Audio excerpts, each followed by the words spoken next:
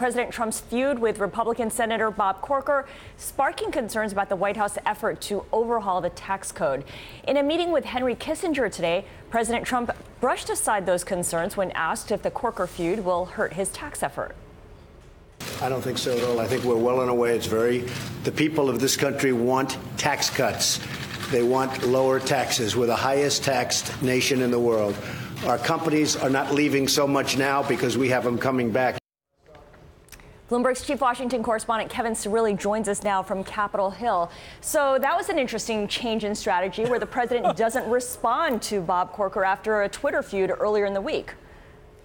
Yeah, I feel like it's, not little Bob Corker, as the president has nicknamed him, not to be confused with little Marco from the campaign trail. Remember, we're back in the nickname territory. But the president clearly doubling down on his criticism against Senator Bob Corker, and there's some concern that this could hurt his legislative agenda. I've spoken with several aides today on the Republican side here in the Senate who say they're not sure this is entirely helpful. Now, the president also in his remarks to reporters saying that we are going to be getting new details about tax reform efforts. I spoke to one senior aide just this afternoon who told me that the president is frustrated about the impact of the state and local tax deduction and the debate that has sparked within the Republican caucus. And in fact, 24 House members, led of course by Representative King, are really coming out against this. So a lot of interesting dynamics at play, similar to healthcare, but this president is hungry for a legislative win. He wants his legislative team to get something done by the end of the year on tax reform. All right, so he's looking at a pretty tight deadline there.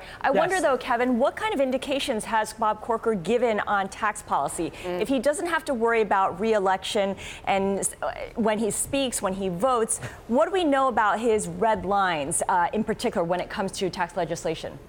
Senator Corker unfiltered, with no threat of re-election hanging over his head. And I think that's why we've seen him be a bit more outspoken than he has in the past. But Senator Corker is well respected within Republican establishment circles.